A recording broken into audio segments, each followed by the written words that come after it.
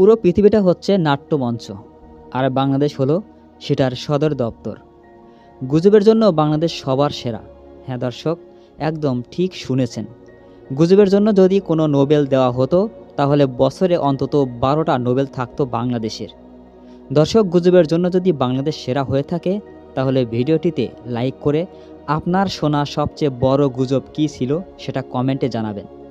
দর্শক, এবারে টি-20 বিশ্বকাপ খেলতেছে না বাংলাদেশ, আর এটার কারণে নাকি প্রচণ্ড রেগে গেছেন লিওনেল মেসি এবং নেইমার জুনিয়র।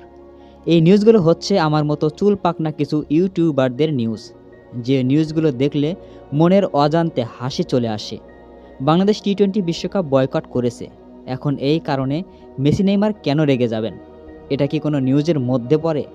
মেসি নেইমারের কি শেষ সময় আছে বাংলাদেশ ক্রিকেট নিয়ে ভাবার? দর্শক, এই বিষয়ে যারা ভুলভাল ভিডিও তৈরি করে তাদেরকে কি করা উচিত? আপনার মূল্যবান মতামত অবশ্যই কমেন্টে জানাবেন।